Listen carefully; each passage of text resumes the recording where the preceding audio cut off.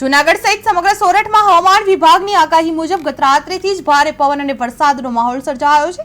રાતભર વરસેલા વરસાદ બાદ હાલ પણ ધીમી ધારે વરસાદ વરસી રહ્યો છે, જેના કારણે વાતાવરણમાં ઠંડક પ્રસરી ગઈ છે। મગફળીના પાક માટે આ વરસાદ ફાયદાકારક સાબિત થઈ શકે છે, પરંતુ નવરાત્રીના આયોજકો અને ખેલૈયાઓ માટે વરસાદે રંગમાં ભંગ પાડી દીધો છે।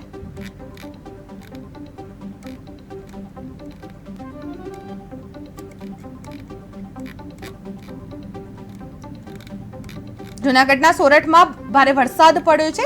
રાતભર વરસાદ પડતા ઠંડા પવન સાથે વાતાવરણમાં પલટો આવ્યો છે। ખેડૂતોને વરસાદથી ફાયદો મળશે। નવરાત્રીમાં ખેલૈયાઓની મજા બગડી છે। હવામાન નિષ્ણાંતોની આગાહી સાચી પાડવામાં આવી છે। નવરાત્રીમાં ખેલૈયાઓની મજા બગડશે।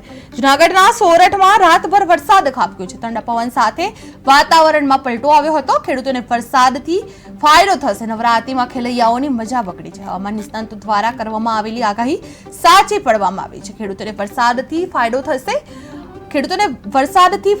અને રાતભર વરસાદ ઠંડા પવન સાથે વાતાવરણમાં અચાનક પલટો આવતા ઠંડક પ્રસરી હતી। જૂનાગઢના સોરઠમાં રાતભર વરસાદ ખાબક્યો હતો। ઠંડા પવન સાથે વાતાવરણમાં પલટો આવતા ખેડૂતો ખુશ જોવા મળ્યા હતા।